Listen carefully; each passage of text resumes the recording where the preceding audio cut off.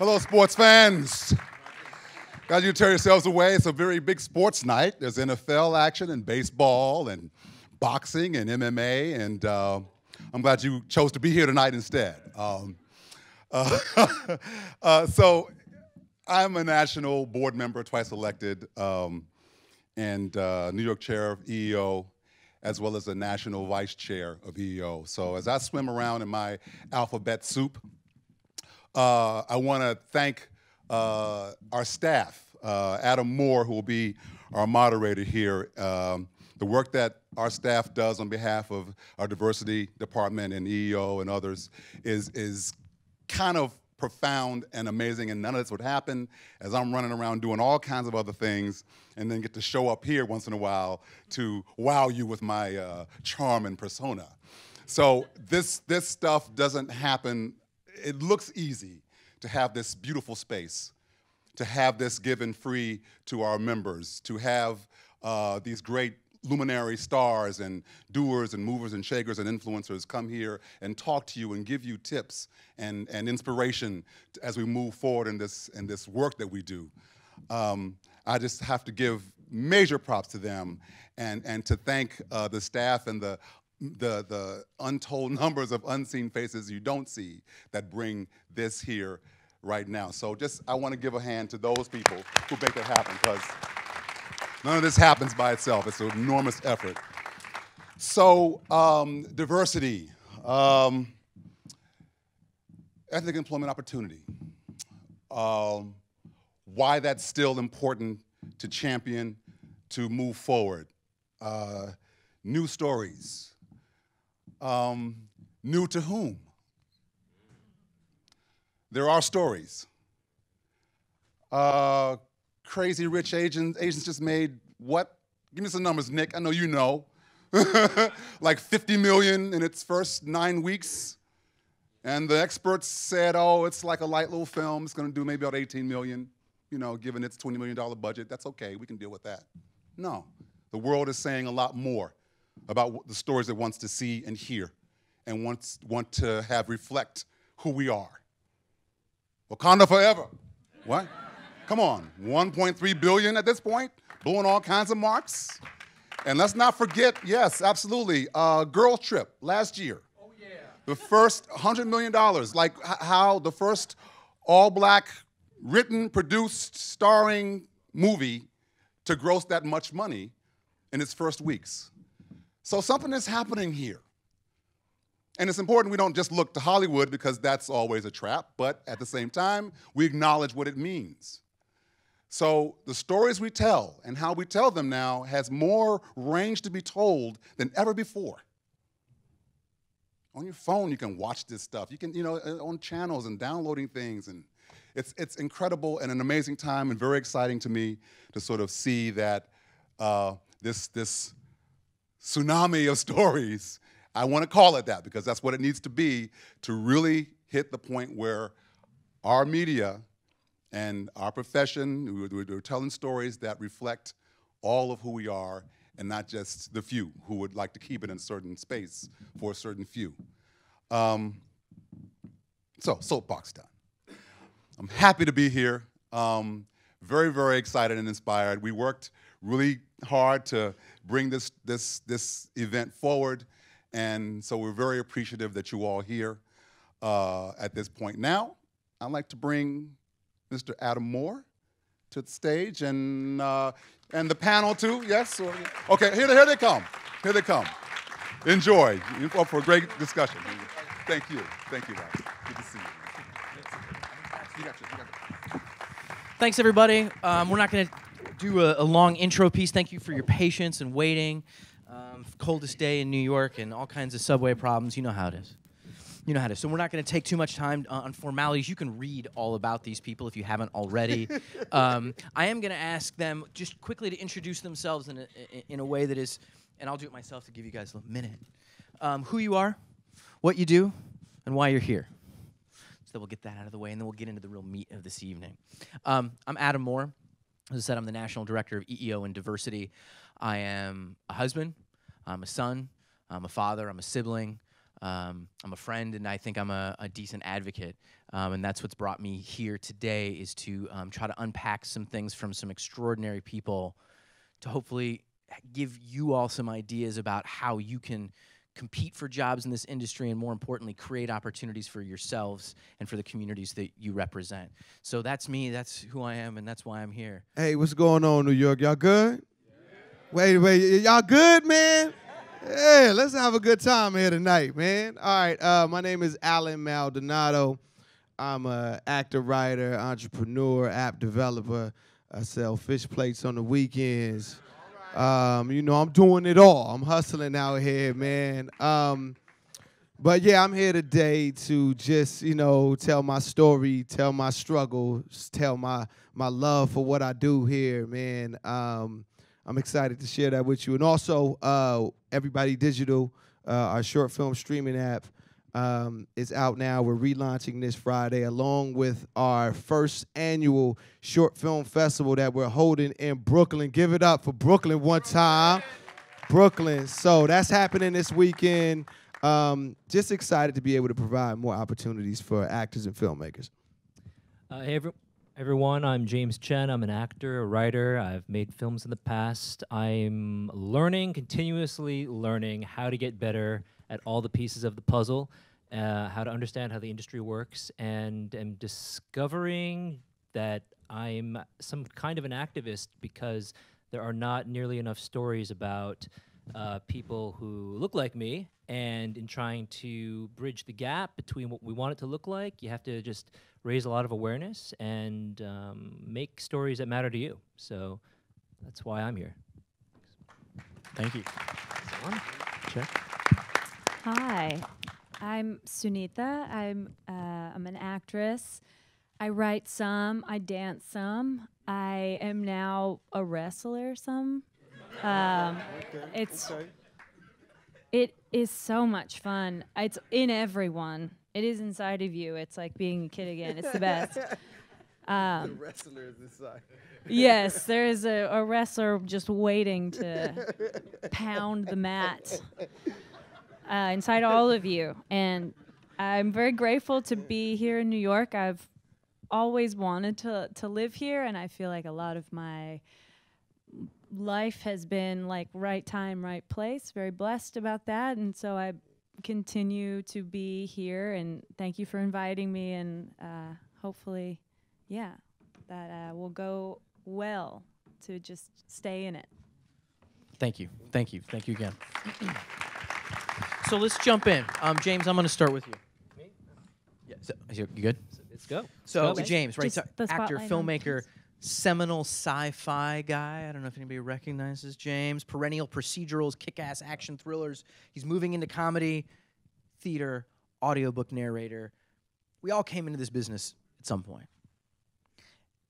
I'm guessing that for a lot of people, the reality of the business didn't necessarily match up with maybe some of your expectations of what your preparation was. And when you first stepped in, can you talk to us about the difference and what it was like when you were preparing for, and how that fit with what it was like when you first stepped in to the business for real?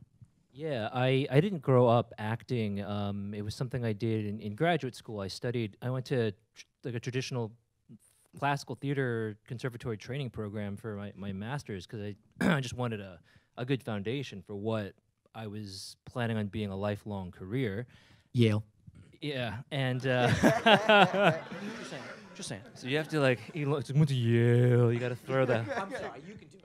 the long. Sorry, I left my smoking jacket in the other room, but yeah, so it's like, which I think is like pretty traditional in I guess a good conservatory program. You try to, for the sake of your education, you want to get a variety of roles and get a chance to play lead roles, so you have kind of the thorough training about how to carry a show, because they're going to train you to be the best actor you can be, not, you know, what the industry might lowball you as, or what stereotypes might lowball you as. And so, yeah, in school we were doing everything from, we were learning, I think, the principles, the fundamentals of what makes, I guess, transformational acting. Like, it was, acting, scene study, voice work, speech work, movement, and then like special classes in Shakespeare, Chekhov, and like commedia class, clown, things like that. And this is a very typical story, I think. Like an actor goes to a school like that and they come into the real world and there's just a rude awakening that, you come out wanting to, not only wanting to, but having the identity that like you can play everything, because you were just in the past 3 or 4 years. Like you had every opportunity to do everything. Maybe you were the rock star at your drama school. Not my story, but some people. And then, everyone's story is different. But so my particular story, I came out of school 10 years ago, very different from, we're like in the age of Crazy Rich Asians, fresh off the boat, like searching, where I think the industry more than ever is open to Asian American, particularly Asian American men playing more interesting roles, which we haven't seen before. But back then, it was a lot of, perfunctory, procedural, educated, professional things where your race automatically dictated your function in the storytelling, whether I think for TV or film. And, there aren't, aside from like a David Henry Hwang play, you're not going to find anything on Broadway with Asian Americans in it, or Asians. So yeah, it was a journey of trying to just do a lot of sometimes off Broadway theater, continuing to just be in theater. 3 offs. 3 offs. I think that's Main Jersey. Main, yeah. Main Street, New Brunswick. For every bag of props you carry to rehearsal, that's another off. So it's like you're just like carrying all this stuff on the stupid train. So it was a lot of that, and just try. I guess I was like delusional. We were talking about that earlier, having to be a little bit delusional / stubborn, but I just refused to allow like the resistance I was meeting up with like limit me, because I could instantly feel it. Coming out of a program, it's so crucial to have like a lot of great projects to do right away off the boat. That's when you have like the most heat, the most momentum. It's arguably where your skills are very sharp, because you're just like in an intensive, immersive program. And if you're able to kind of like skip like off of that into the next level, it really helps. Conversely, if you're not, I think you have to work that much harder to like keep everything going. Well, we're going to talk to you about what you've done when you met that resistance. But Alan or Sunita, do you have your own experience about sort of your preparation and what you thought you'd be getting into, and then meeting the realities of what it was really like? Oh man, Yeah. just the go first. preparation. I know. We jumped in at the same time. We That's double good. That means we both have a story. We're wrestlers. We're wrestlers. Find We're your inner wrestlers. wrestler. It's in us. It's in us. It's in us. It's in us. Right. Let me stretch. Man, as far as just expectations, I'm just trying to think back of. I was a kid that I never really I was dreamed of being an actor until I was in my, I guess teenage years. When I was my senior in high school is when it really kind of hit me. So, I mean, I came from nothing. I came from the hood, came from the projects. So I knew nothing and I expected nothing. So I literally just went to LA and just kind of fell into an acting class and fell in love. And that's where I was birthed as an actor. Studied very, very hard for 6 years, 3-4 days out of the week. And I just already knew that it was gonna be difficult, and that wasn't just because of the industry. I just felt that was my road, being that I knew nothing nor knew anyone in the business. So just my lack of knowledge, I guess, was my obstacle, and just trial and error. Just trial and error. And it wasn't until maybe 6 years ago where everything sort of changed for me, because the first 10 years I played nothing but dramatic roles. I had more, I guess, a tougher persona because I had long hair and braids. And as soon as I cut it, all of a sudden I can do comedy. That's it. That's literally how it went down. Like, oh, I'm funny now. I'm like, what? I'm like, Jesus. It was hair that was holding me back. Damn.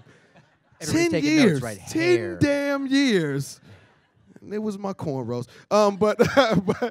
But yeah, but that on top of just me understanding the business aspect of the game, and I broke it down. I really broke it down into this type of categories: 80% business, 10% politics, and 10% talent. Where the first 10 years of my career, I was focused on that 10%. And in any test, you get 10%, you get an F. You get an F. So I had to really evaluate, how much effort I was giving towards certain categories in this business, being that the talent should be automatic. That should be automatic. You should be skilled. You should be at the level to be a professional in this business. That should be automatic. So I began to really focus on the business aspect. And instead of seeing myself as an actor and starting a career, I looked at it as me starting a business. And when you start a business, you invest in yourself. You're going to be in the red for 3 to 5 years. That's just the average. And for the average actor, for me, it was 10 to 12 years of being in the red. But understanding that aspect really changed, I guess, my when you're an artist, you got to wear your heart in your sleeve, and every audition you don't get is the end of the world. Like, why did I not get that? Who got it? Y'all, I'm better than him. You know what I'm saying? Like, all of those things where if you looked at it in a business perspective and all of that heartbreak adds up over the years and it starts to weigh on you. But if you understand the business aspect of it, being that 99% of the reason you didn't get that role had nothing to do with your talent. It had everything to do with business. And the art is 10% of it all. And the business side of it being that if your last film made $5, you'd be the best actor in the world. But if I'm investing my $40 million, your last film did $5, and I really like you, but his last film did $200 million, I may not even like him. I need my $40 million back. So it becomes a business decision rather than as an art. So I began to look at myself as a business and really build my career as such, meaning that I have to start small. I have to do things to be acquired by these big companies, these big corporations, so to speak. So I started to build my career through short films and adding to my equity in this business, whether it's through relationships or just continue to be positive, to show up on time, to supersede everybody's expectations of what they expect of me, and do that on a consistent basis. That's the formula to any successful business. So if you do those things and you focus on that rather than the artistry, being the 90% of the way you conduct your business, I feel mentally you're going to be a lot stronger in this business because as we're all artists, we're all sensitive about our shit. Can I curse? Too late. Can I go? Okay, all right. We all sensitive. So it can get trying sometimes. And this business is a roller coaster, no matter how successful you are. It's ups and downs. So if you put yourself in a position of business, I think that'll just help with just the emotional part of it all. So, James talked about sort of expectations of sort of what people, the roles and the kinds of opportunities are out there. You talked about sort of the reality of understanding the business and how important that is. Sunita, you wanted to jump in with something. I wanted to hear sort of how you Sure. It's like a particular confrontation with those expectations that I was really crushed by. Like I just was share your trauma, totally. please. Can you share it with Yeah, everyone if you're okay? Please cry. It was 1997. I'm learning a lot from both of you.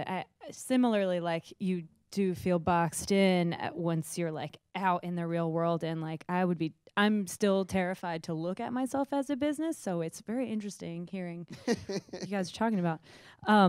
I came into acting through comedy, and I got into comedy through writing. Like I didn't know what I was doing. I just was so excited to perform and to just mostly I was so in love with like the community of theater people, like how magical it can feel, and supportive, and everyone's so I feel like everyone's so brave and smart, and I was really seduced by that as like a mathlete in high school. Like I came from athletics and like all of the things you would probably expect like culturally from like I'm sorry, I don't understand what.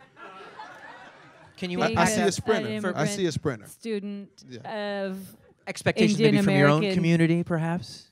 yeah, being like an immigrant kid of like Indian parents. It was like academics were they were the priority, and like any entertainment or acting is like there's no, you know. So that was just like very deeply subconsciously planted. So I'd like quietly sing like The Wizard of Oz to myself at like the dinner table or whatever. Like it was all, I mean, my parents knew, like I thought I was some like closeted theater person, but they were like, oh God, we've lost her. Like, sure, we'll make her do AP classes, and I passed, but that was not my path, and I knew that.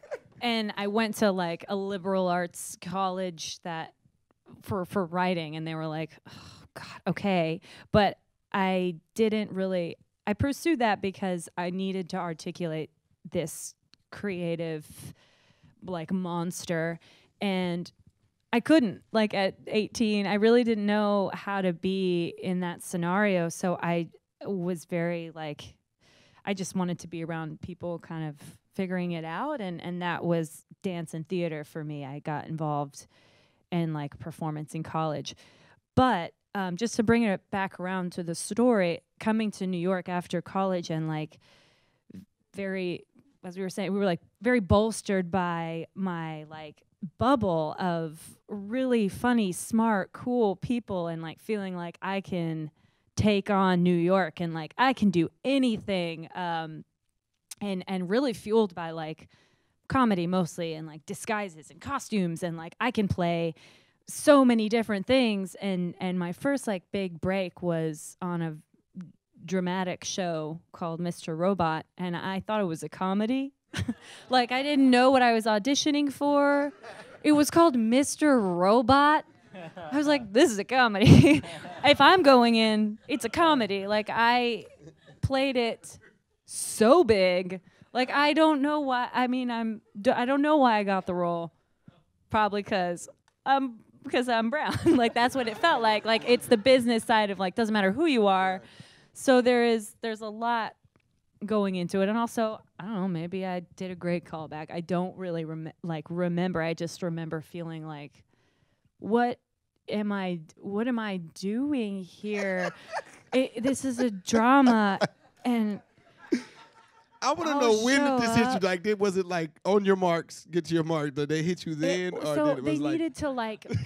Did you watch I any of it? auditioned. Like, yeah, no. when It did was this a hit you? pilot back in like 2012. Before it was like it was just the pilot. It wasn't like picked up for a season or anything. And what happened was I auditioned. It was like the role Trenton was for a boy, and they were like, "We're opening it up." So I auditioned like because they were seeing women or whatever, and then I booked it like the next day. And then what the thing that like sort of hit me was like, okay, sure, cool, getting calls for like my fitting and my schedule, and then like I was getting calls about like the things I owned in my own wardrobe for the fitting, and it was like, do you have any scarves? Do you have any like harem pants? Do you have any like long sleeve maxi dresses that go all the way to the floor? And I was like, am I playing a Muslim woman? Did you? So it was like I got the part, and then they like draped me in like a costume. Like I felt like a costume, you know, not a person. And that is like right. There is a bigger picture, there is a larger story. My personal experience of it was like traumatizing. Like, oh no, like this is Hollywood. I was like, the Illuminati, no! I was just like, it's conspiracy. I went like straight to conspiracy theories on a show about conspiracy theories. Like it was it was like my young, you know, the girl singing Wizard of Oz was, and like, you know, pulling costumes out of a bag and then like getting a little like hit with a bat or something, and like metaphorically, of course. And it was just the lack of communication and the assumption and like, no, I don't have harem pants in my own wardrobe. What? Why? I kind of want to keep going with this for a second. And gentlemen, excuse me, I'm going to keep talking to Sunita. Bye.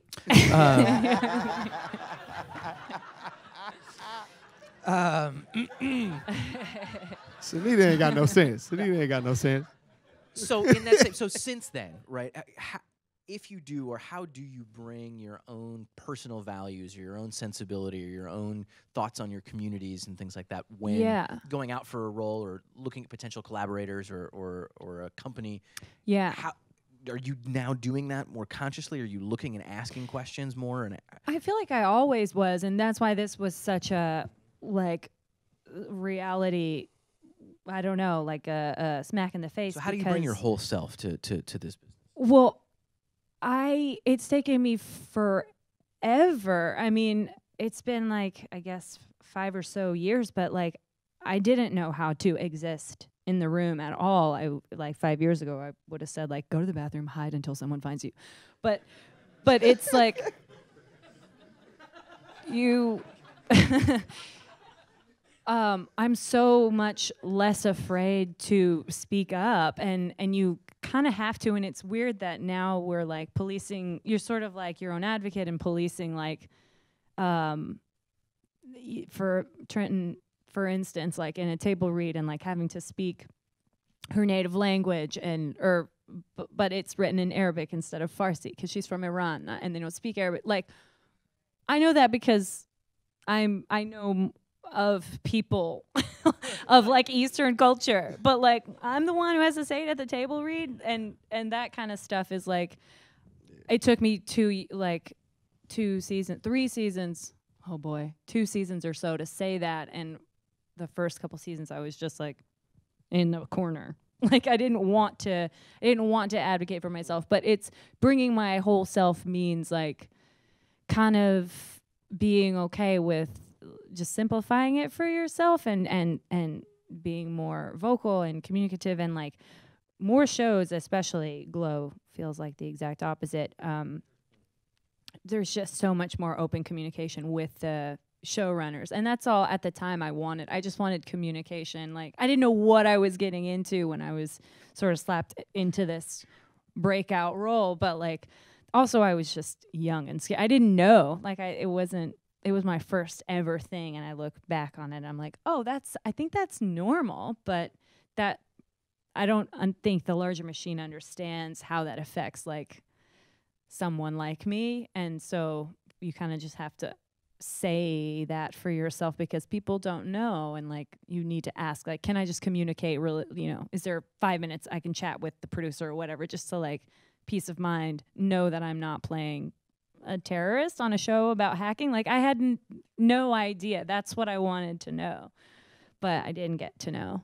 Oh, because they would never tell you the background of the character. Yeah, and it's like a super hush project, and it's at the time, and like truly looking back on it, I'm like, oh yeah, that makes sense. I just didn't know. So it's still like a work in progress of bringing your whole self, and sometimes that's not the project you need to bring your whole self to, and you do it for the simple job that it is or whatever, but you take that away, and like you just have to make sure you're following your voice and your instincts, because you can't get too, you know, caught up in the Illuminati. Well, James or Alan, I mean, this idea, I mean, in order to bring your whole self, you have to do some work ahead of time to know what that looks like before you get then exposed to the Illuminati. Right. Either you talk a little bit about that, and how I'm you not talking about the navigated Illuminati. No, not that. No, they're in this room. I'm not going to tip my toe in that. Nope. And we can't. I guess as far as being your whole self, it's I guess it's different for me. And again, I'm gonna be the main thing I'm gonna focus on is the business aspect of things, because that's just the way my brain works now. it wasn't until, again, I began to transition my mind to that I understood that I have the power, and my perspective and my my background, everything that I know is my asset. And also making a decision on what I want to be. And what I want to be is bigger than my ethnicity. So for me, as an example, like the roles that I play, that is the goal of my business plan, is the funny tough guy. Like there's the Mark Wahlbergs, there's the Bruce Willises, there's the Rock. These are the guys that fall into that category, and that's something that I want to be. So I began to create all of my marketing materials to say as such. You know, my websites, my pictures, all of these things say these things. So when people think of me, they know exactly what I want to be. They're not looking at my ethnicity. I'm building what I want to be as a, you know, as a, I guess, a brand. And I know sometimes people get brand or there's that typecasting. No, it's two different things. Every one of your favorite actors has a brand. You know, there's Angelina Jolie. She plays various roles, but this tough, sexy, strong female leads. There's Johnny Depp. For me, he's the most blockbuster character actor of all time. You know, we love to see him dressed up. You know, these are the films that are blockbusters that sell billions of dollars. The ones where he's just Johnny Depp. You're like, all right. All right. That, you know, that's, and people are, you know, are buying his brand. And there's Will Smith, he's a superhero in basically all his films. He overcomes the impossible. Pursuit of Happiness, Independence Day, everything. He overcomes the impossible. That's when all his films, as you look at various roles, but this is the brand, this is what I want to be. So when I began to do that, then I took control. I took control because I am a business. I am selling my product. And I'm delivering what I deliver when I come to set, and what people see and what people consume every day on television or in the feature films. This is what I want them to receive. And the artist in you is going to be like, oh, I'm going to let whatever naturally fits, and, you know, it'll come my way. No, it's your job to make a decision on what you want to be, because nobody on this earth that doesn't know you, that doesn't know who you are, is going to write the perfect role or perfect script for you. I have to be inspired by something that you did on a consistent basis for like, I'm going to write something for this person because this is what they do. This is who they are. This is what, you know, they've built. This is the product that they've built. You know, Mountain Dew is sold to extreme sports. Coca-Cola is, you know, white polar bears, or, you know what I'm saying? Like it's the American pie, you know what I mean? Have a Coke and a smile. It's that, you know, both sodas, but sold to different markets, and they're packaged as such. Mountain Dew, bright green, exciting colors, you know. So as an actor, you must look at that perspective, and then you won't, I say you won't, and not to say that you won't deal with the obstacles of being your whole self, but we will know who your whole self is. Yeah, no, I think that's like really smart and a really good idea. It's like we're all learning, Jay. I'm learning too. I'm writing lots of notes for myself. No, I think that's brilliant. I've definitely like. What if I change my part, Alan? What happened? yes. Who? There it is. Where'd you go? Where'd you go? Confident now. Is that you say from Compton? Is that when you play Iranian roles? Yeah. Iranian, like Indian. Yeah. No, you know, it's so funny. I'm listening to you tell that like very like practical, smart, savvy approach, and I just can't help but thinking back to going to acting school, which I feel like made a very strong impact on the way because it was the way I was introduced to the art and the craft, and like because it was the first time and it was so long and intensive, it's to this day, you know, I'm like 10 years out of school, but like I am still trying to like embrace more of what you're saying while still like holding on to some aspect of like wanting to still develop as an actor artist and like to transform into different roles. Like actually Johnny Depp is one of my, I think, most like one of the greatest examples of someone who can really character transform but also be a very commercial wonderful success and does amazing work. Like from Jack Sparrow to him in Black Mass, just like the incredible range. Right, because I think something about going to graduate school making you think about, it's just this thing where it's like you're just constantly thinking about like, oh I gotta be in Danny and the Deep Blue Sea. Like I gotta be I gotta do Hamlet before I'm 40 or something like that. It's like which it's funny because at the end of the day, I think, I do think you're right, because it's like what you want to be artistically satisfied, but also like, financially, commercially, like fulfilled and successful as well. Like it's not like, one without the other. I don't think is necessarily like great.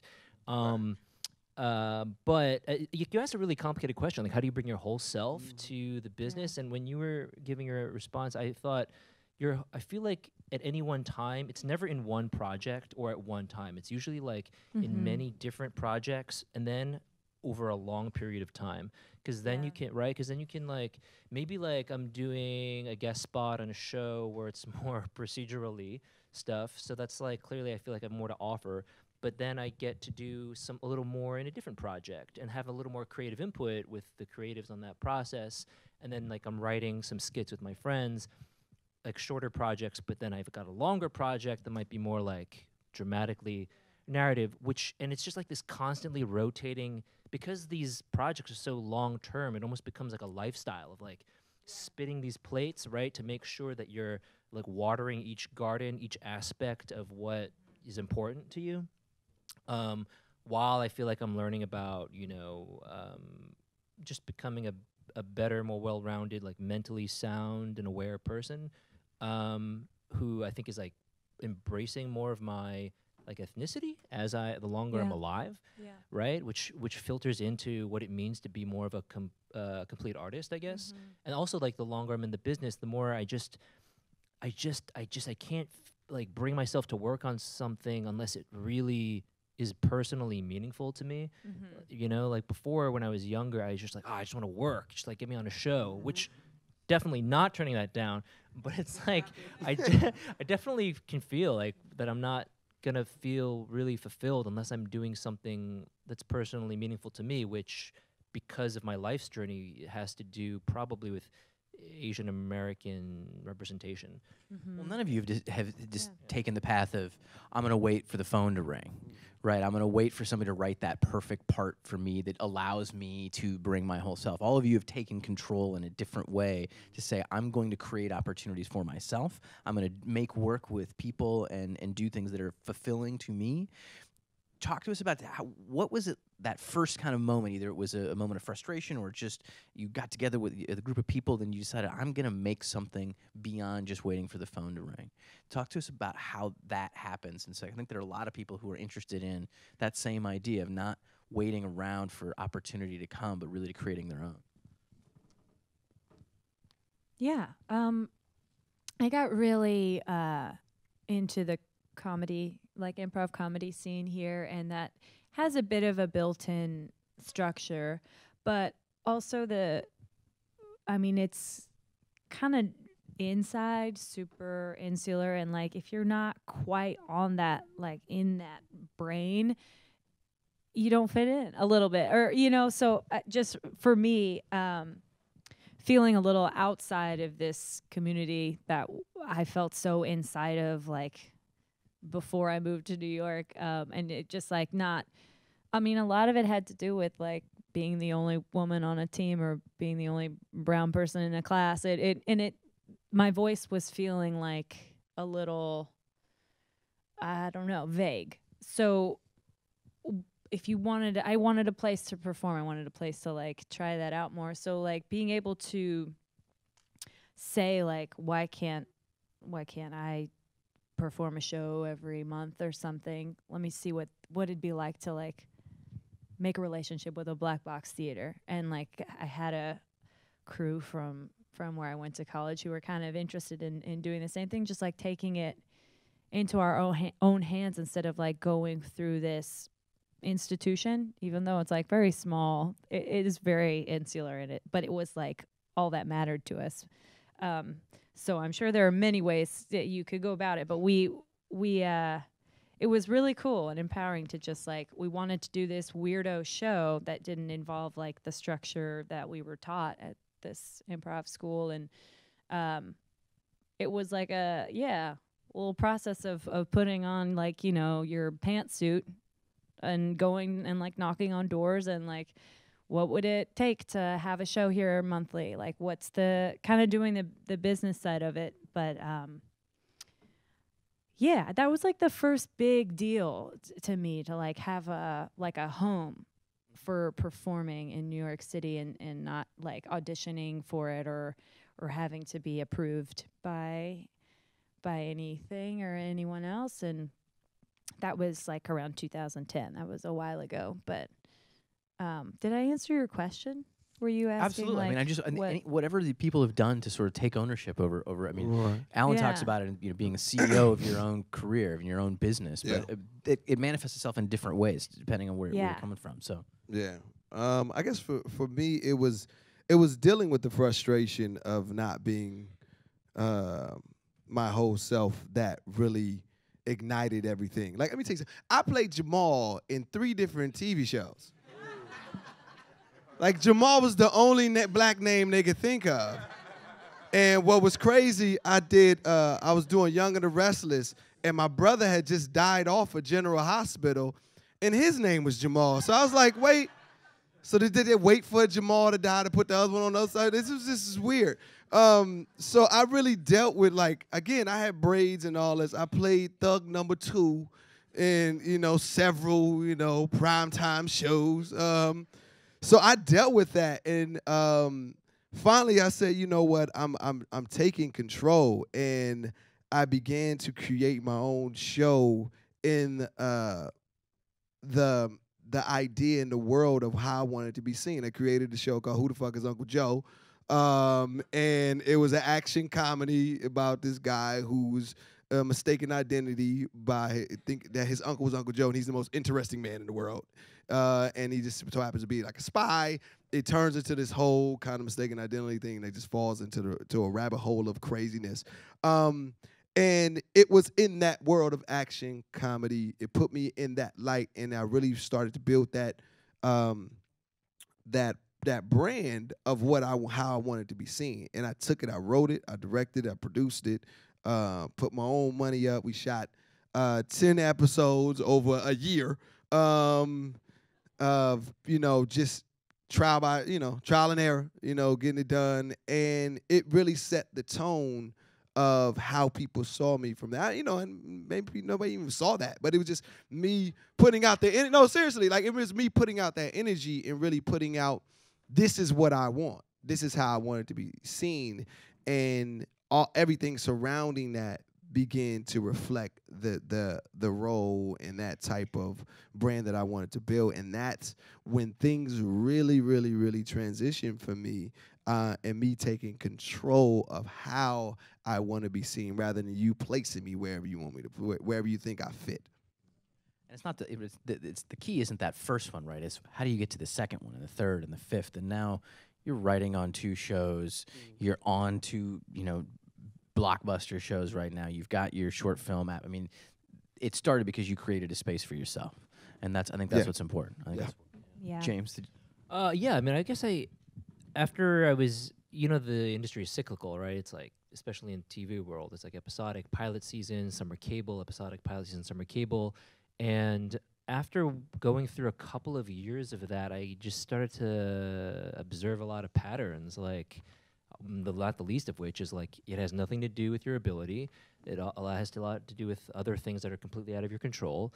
But then it was also like, as the years went by, I was like, okay, this is taking too long. and there's like, this is clearly, it's not even like asking me to tap into my potential. I remember like I paid to go to like a manager like class, and the manager was like, you're the next Tim, like you're Tim Kang. You come in, you deliver the information, you're out. Like that's what you do. That's what you're gonna do. I was like, and this is a reputable guy. And you know, it's like, to his credit that I do book procedural things, but when he said that, I was pissed. You know, and you know, I have one of my most respected acting teachers. He's like, don't let anyone ever tell you what you can or can't do. Like, you don't even know your potential. Don't ever let someone who's only there to make money, like, you know, Off try to of you. pigeonhole you. Right, exactly, off of you. And I think that, so like, kind of like surrounding myself with good people, good teachers, people who speak and see the potential in you, and collaborating with people who you can like riff off of, and just like, you know, you create things together that you couldn't make on your own, like finding that solid group. Things like that are what inspired me to make stuff that actually just excited me and made me thrilled. Like, even just texting, I'm just thinking, God, I could screen capture this, and like, this is dialogue for a scene. Like, this is money, like stuff like that.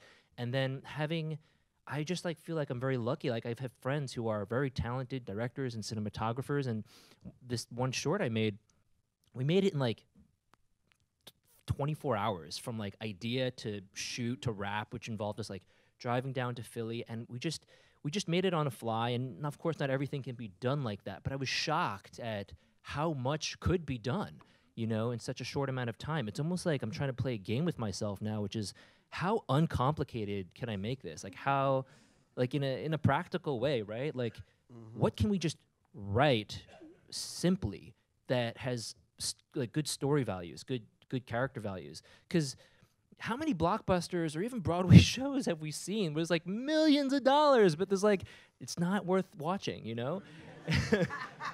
And so it's not about how much money you have. And I guess just like being in the business over all these years and seeing all these examples of where it just took that much time to prove to myself, wow, it does not mean, it's not about the money. It's like, do you have a good idea? Can you execute it well with people?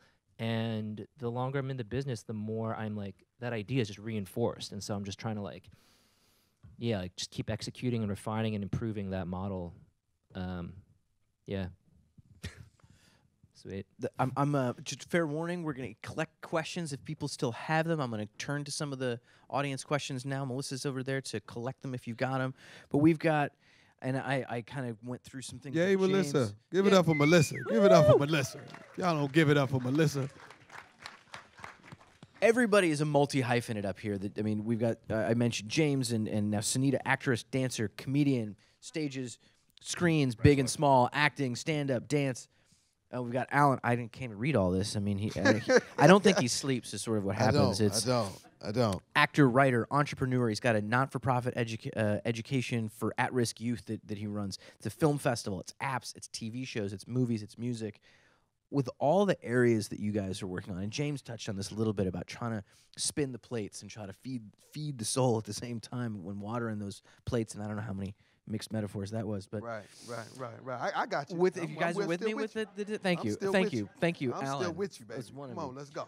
With all these areas, how do you prioritize the work? How do you spin the plates? How do you actually give it the attention where it needs to be made, and how do you make those decisions on prioritizing the work that's in front of you? For me, like the business mind that I try to use is like the big 30-foot dragon that's protecting the sensitive and little artists, you know, in the cave. That's what the business side of me is. Like, he's the big, don't mess with him or you're going to see this guy, you know.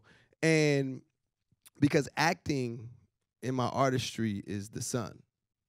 It's the sun. It's what powers everything else that I do. Like my music company, we do TV and film placement. I got music on over 50 networks all over the world, and people may not even know. Most people don't even know. Most people don't even know. But you know, most of the shows that I'm on, I get music involved in it. Like it's the sun. Acting is my sun, and I protect that with my life. And all of these businesses allow me to do what I want to do. You know, so. Depending on what is on my plate at the time, like this weekend as I'm promoting the Everybody Digital Film Fest this weekend, October 19th through the 21st, in Brooklyn. That's my focus right now. But like next week, I start shooting Blackest, and the week after that, I start shooting the film with Jamie Foxx and Joseph Gordon-Levitt. So it all depends on, you know, what folk. See you on set, man. Yeah. Can you pick me up? I love it. And you know what? This was really cool. Vegetarian, thanks. He actually played a character on the episode that I wrote on the last OG. He's gonna be on season 2, which is super dope. Super dope. I didn't even recognize him when he showed up because he was playing a banker called Devontae Jackson. I gotta tell them on set. I was just bugging you. I was like, "Wait, so you're listed as an actor, series reg, but you're also listed as the writer." I was just like, "What's happening right now?" Yeah. It was really cool and probably the most craziest person on set, except Tracy. Tracy's nuts. But he's like, he's a writer? Like, what is that? So, but yeah, like, it all depends. I'm really, really, really efficient with my time. You know, some of you may know, some of you may not know, like in 2004, I almost died. I was hit by a drunk driver going 65 miles per hour. I was walking. I flew in the air, landed on my face. My right leg was broke. My spine was curved. And from that accident, you know, a new perspective came where, you know, if I die, I have to be able to look down at myself and say, and be honest with myself and say, did I give everything in my power to fulfill my dreams? And if I can't say that, I don't go to sleep. Like, if I don't say I gave him my all today, you know, I gave him my all today, if I don't wake up tomorrow, I can be okay with that. And that's the fire, and that's the desire that I come from that experience. And, you know, my testimony to God after that accident, the first week I was able to audition. I booked 3 TV shows in 1 week. So, you know, it starts with what you want and how bad you want it. And it's going to take time.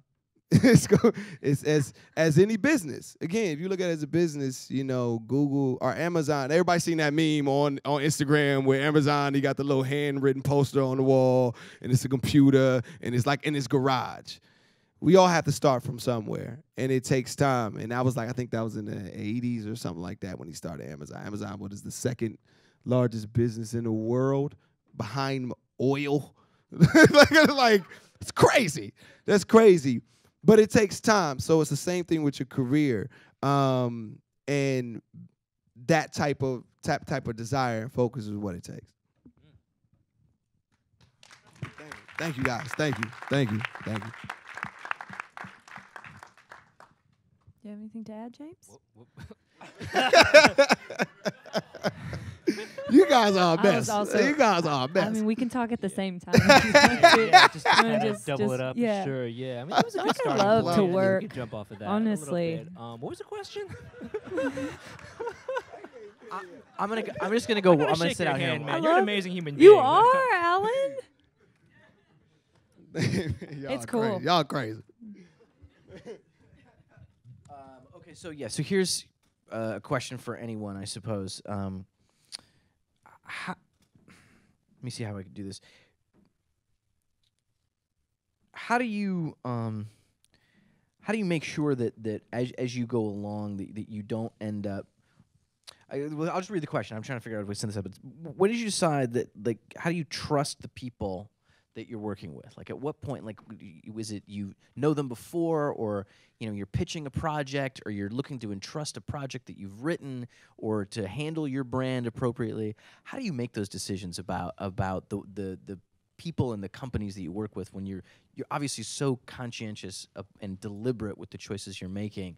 A lot of times you got to hand this over. It takes a village, right? It's a collaborative environment. You don't get to make this on your own. So how do you make those decisions, or how do you go about finding those people that you trust? Well, let me start so we can ramp up to Alan. No, he's done. He doesn't get to talk anymore. I always crossed him off. He's. Oh, you're the best. What's my question? Can I just get to the point?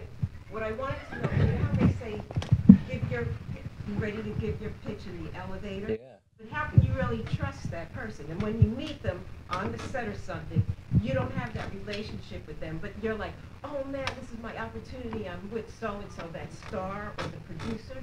But then you also have to say, I can't just blurt out my idea and then let it show up on the screen sometime later. So how do you make that decision? I mean, I feel like if I was in that situation, and I'm sure, please, I want to hear what you guys have to think too. Right. But I would, if the idea is that good, I would write it out first, and then you could always get it like what's the word? Like you go WGA. I'm not going to blurt it out, but I have Yeah. written. Now you have it. What's the elevator pitch? Oh no. Oh, it's great. But then when I meet certain people, I know I don't have that relationship to just say what my idea is. And then when I call up the agencies, they say they're not going to take unsolicited work. So I'm constantly blocked. So now I feel I'm just going to have to shoot it as a webisode myself. But I wanted to know, how did you all decide? At what point did you trust this person that you wouldn't give? Well, like for me, it's always simple. Everybody got ideas. Execution is everything. Because everybody got an idea. Execution is everything. So if you believe in your idea and you feel that you have it fully fleshed out, executed, like I say, I want to do a buddy cop film. You got to execute that, you know. And if you believe in your idea and how well you've executed, you have nothing to worry about. Just because you could present the idea to someone, but they still have to execute it.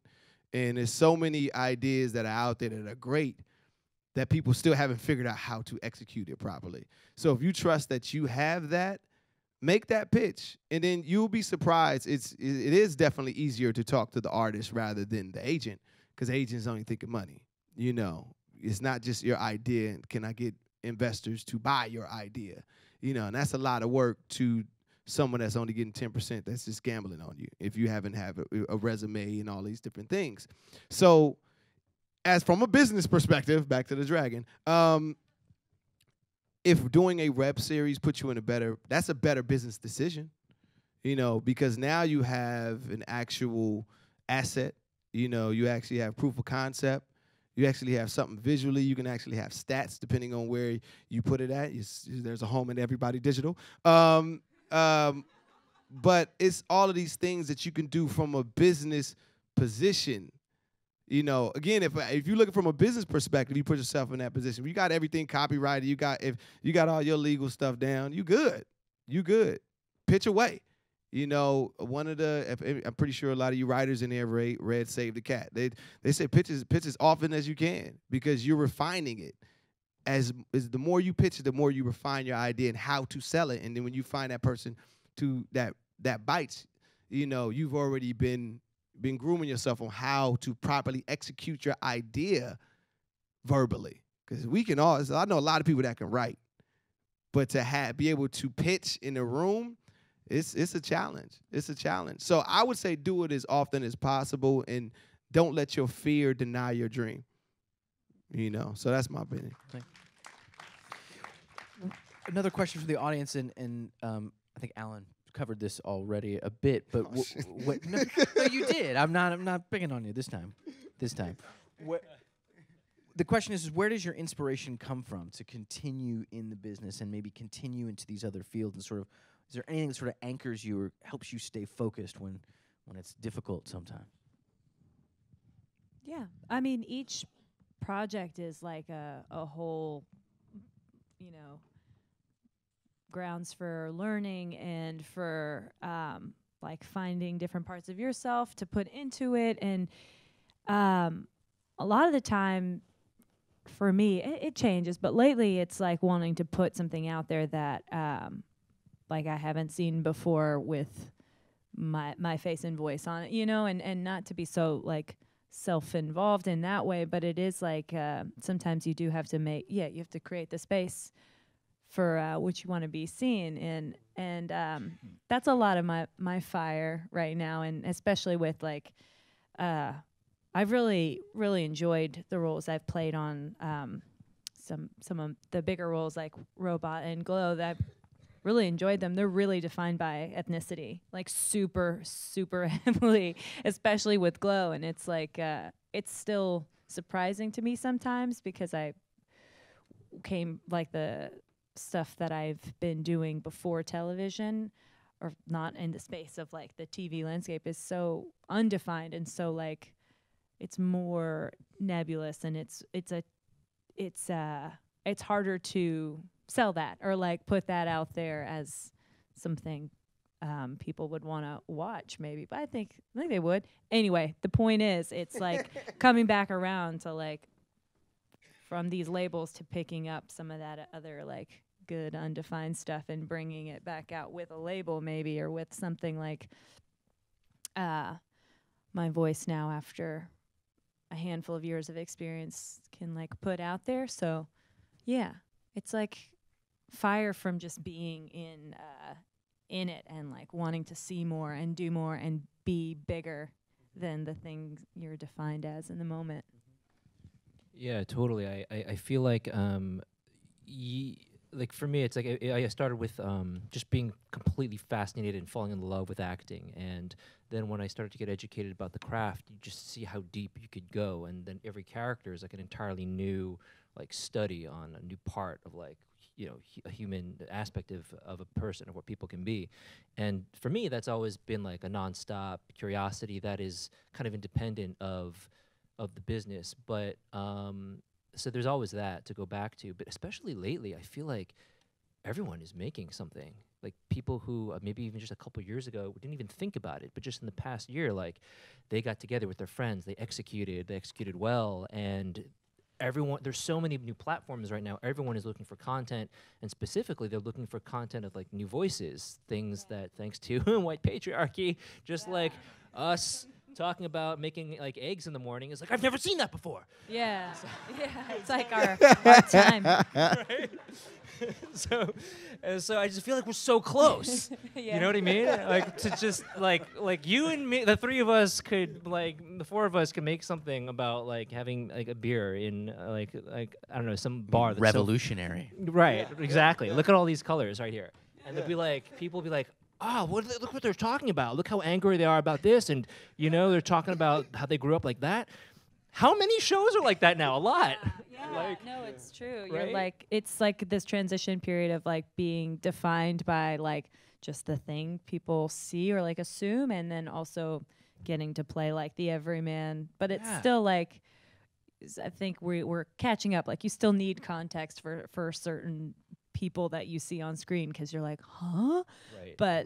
But it like, it's kind of cool to be in the transition actually, because you can like be part of the definition and like the nuance. Yeah. Sorry to take. No, and I think thanks, Kanye. No, Yeah. I'm totally kidding. It's like outcasts in here. This is a group. Yeah. They finishing each other's sentences. That's because we're mind melding. I completely forgot what I was going to say. I was going to say also just like surrounding yourself with those people, with those creators is incredibly inspiring. I think, they say like you are the average of the 5 people you spend the most time with.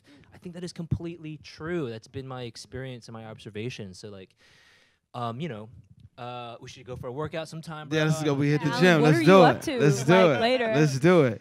But no, it's completely true. Like, people's like, positive contagion. Like, you absorb the focus that people have. Not because you're trying to be a parasite, but just because you wanna give Makes you and better. receive.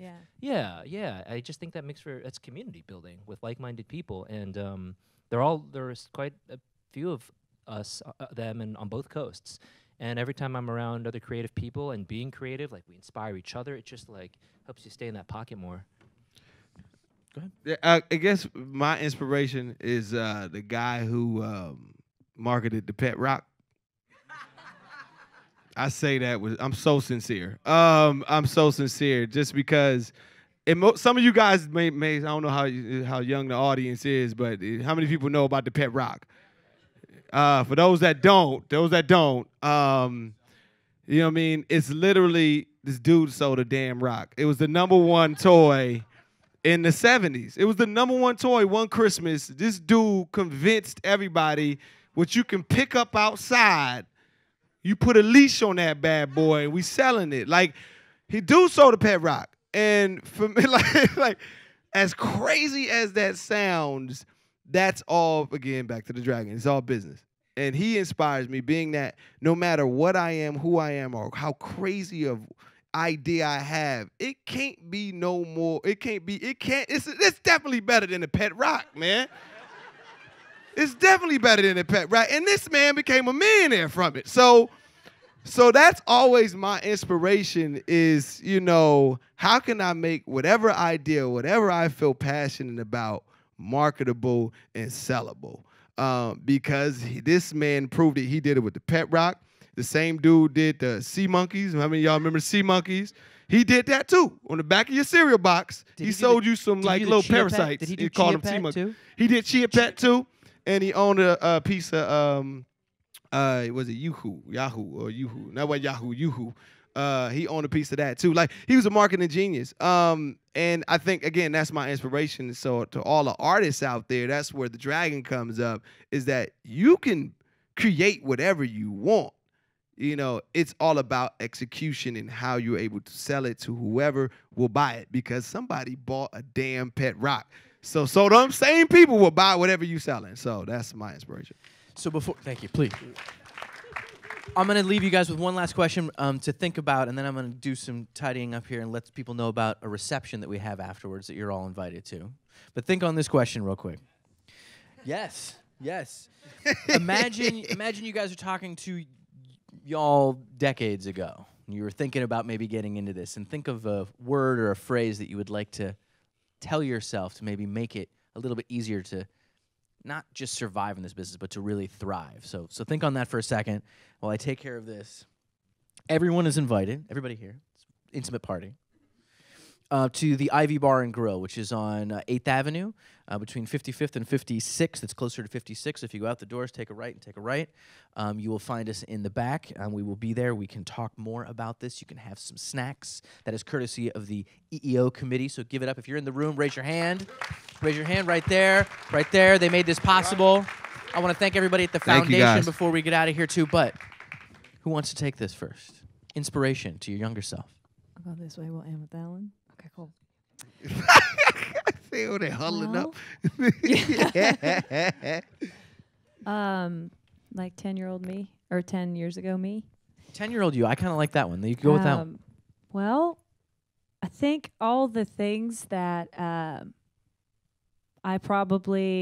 all the things that I've hated about myself or been disappointed in or regretted are actually the things that make you and make me, and they have to be, you have to take care of them, and you have to believe in yourself. You have to stand up for yourself, little girl. And it's so, there are so many variables, so many, and you can get really lost in it. But I think it's like staying connected to like the heart of what you do, and that's really hard to find sometimes, but you just have to believe. Thank you, Sunita. Thank you. Yeah, that's beautiful.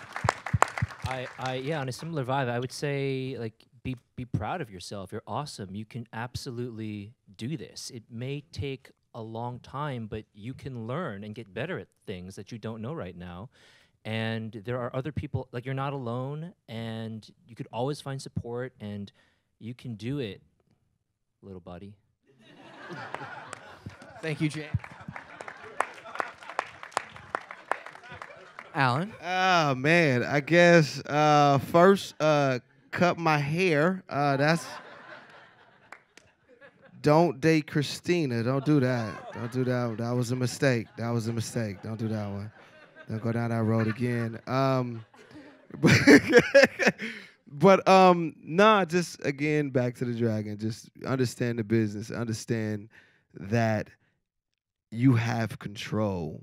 And as defenseless as you feel sometimes as an actor, if you build your business up, that's your armor that can protect you. And that's what I would tell my 10-year-old self. Thank you, Alan. Let's give it up. Sunita, James, Alan. Thank you guys for coming out. Thank you guys. Thank you. Thank you so much. Thank you so remember, much. Thank you everyone for being here. find your inner wrestler. Interesting. Thank you very much. Oh, yeah, Thank you, and SAG-AFTRA download the Foundation. app, Everybody Digital. It's free on Apple and Google. Download the app. Thank you, guys.